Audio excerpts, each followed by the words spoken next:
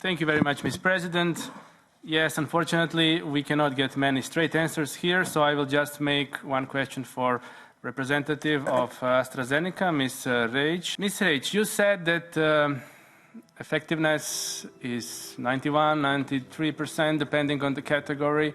But how long does that last? Does that last 15 days, 50 days? How does it change with time?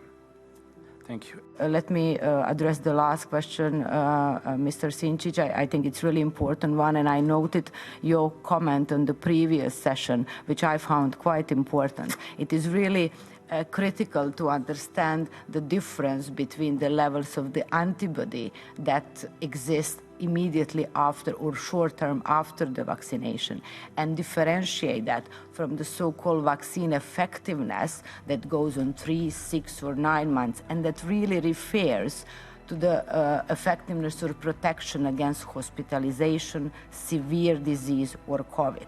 Very often, and you mentioned that in the previous session, in the beginning after the data came out, the only number or result that was there was the level of the antibodies, and you referred the 90 percentage number. Obviously, you need a time to understand what is the real vaccine effectiveness and the protection, because you need to follow up patients much after the initial clinical study.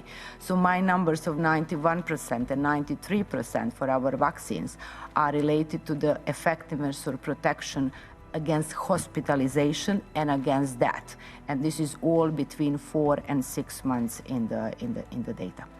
I hope that clarifies.